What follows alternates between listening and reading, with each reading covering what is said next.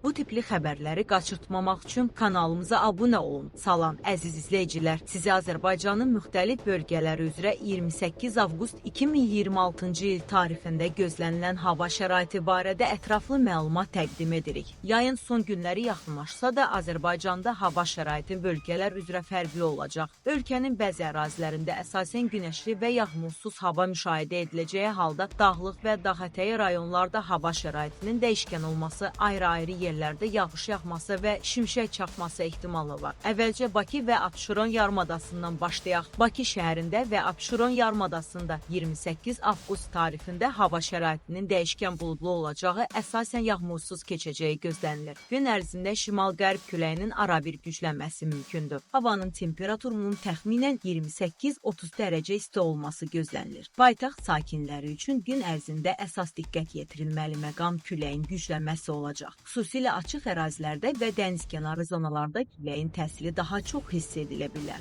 Abşeronun digər ərazilərində də əsasən yağmursuz hava şəraitinin hökm sürəcəyi gözlənilir. İndi isə Azərbaycanın rayonlarına nəzər salaq. Aran rayonlarında hava əsasən yağmursuz keçəcək. Gün ərzində isə hava şəraitinin davam edəcəyi gözlənilir. Bu bölgələrdə temperaturun təxminən 30-35 dərəcə isti aralığında olması gözlənilir. Mərkəzi Aran ərazisində, o cümlədən Kürdəmir, Ucar, Zərdab, Yevlax və ətraf rayonlarda gün ərzində isti hava üstünlük təşkil edə bilər. Səhər saatlarında hava daha mülayim, günorta saatlarında isə temperatur daha yüksək olacaq. Gəncə və Gəncə ətrafında da əsasən yağmursuz hava gözlənilir. Gün ərzində hava isti olacaq. Küləyin ayrı-ayrı vaxtlarda güclənməsi mümkündür. Gəncə Qazax bölgəsində hava şəraiti ümumilikdə sabit keçsə də bəzi ərazilərdə buludluluğun artması mümkündür. Qarabağa və ətraf ərazilərdə də hava şəraitinin əsasən yağmursuz olacağı gözlənilir. Gün ərzində isti hava müşahidə edilə bilər. Lakin dağlıq ərazilərə yaxın hissələrdə hava şəraitində dəyişiklik ehtimalını nəzərə almaq lazımdır. Şəki-Zaqatala bölgəsində vəziyyət bir qədər fərqli ola bilər.